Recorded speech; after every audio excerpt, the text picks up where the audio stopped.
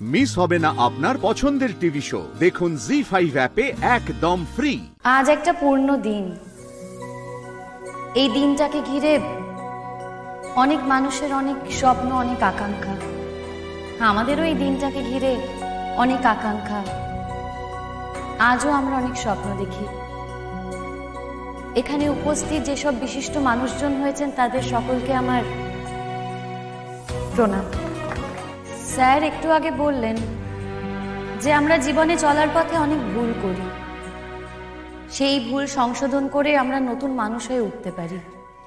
কিন্তু আমার না একটা প্রশ্ন আছে, এখানে যারা আসে তারা কি সবাই ভুল করেই আসে?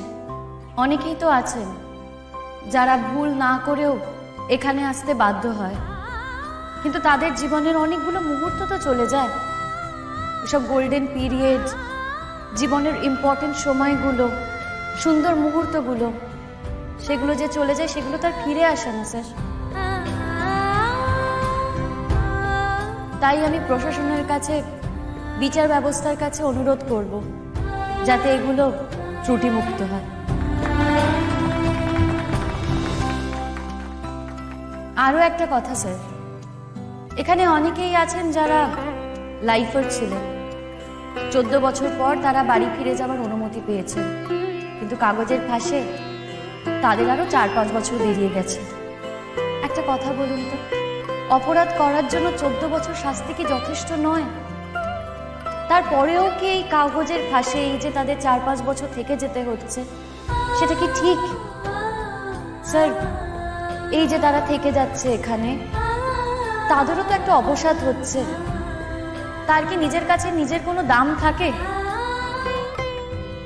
দেখুন, আজ আপনারা এখানে উপস্থিত হয়েছেন, অনেক বিশিষ্ট মানুষজন এখানে উপস্থিত, তাই আমি আমার বন্ধুদের কথা আপনাদের সাথে ভাগ করে নিলাম, আপনাদের কাছে শেয়ার করলাম। আপনারা প্লিজ আমার অপরাধ নেবেন না। সবাই ভালো থাকবেন। আপনাদের সকলকে আমি আমার প্রণাম জানাই। ধন্যবাদ। আমাদের আইজি স্যার আরও কিছু কথা বলবেন, মানে উনি দুটো কথা সংযোজন করবেন।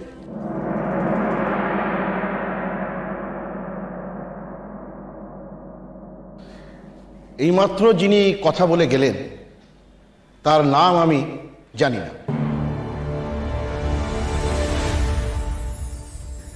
বন্দিনীদের কোনো নাম হয় না স্যার। বন্দিনীদের নাম তারা বন্দিনী।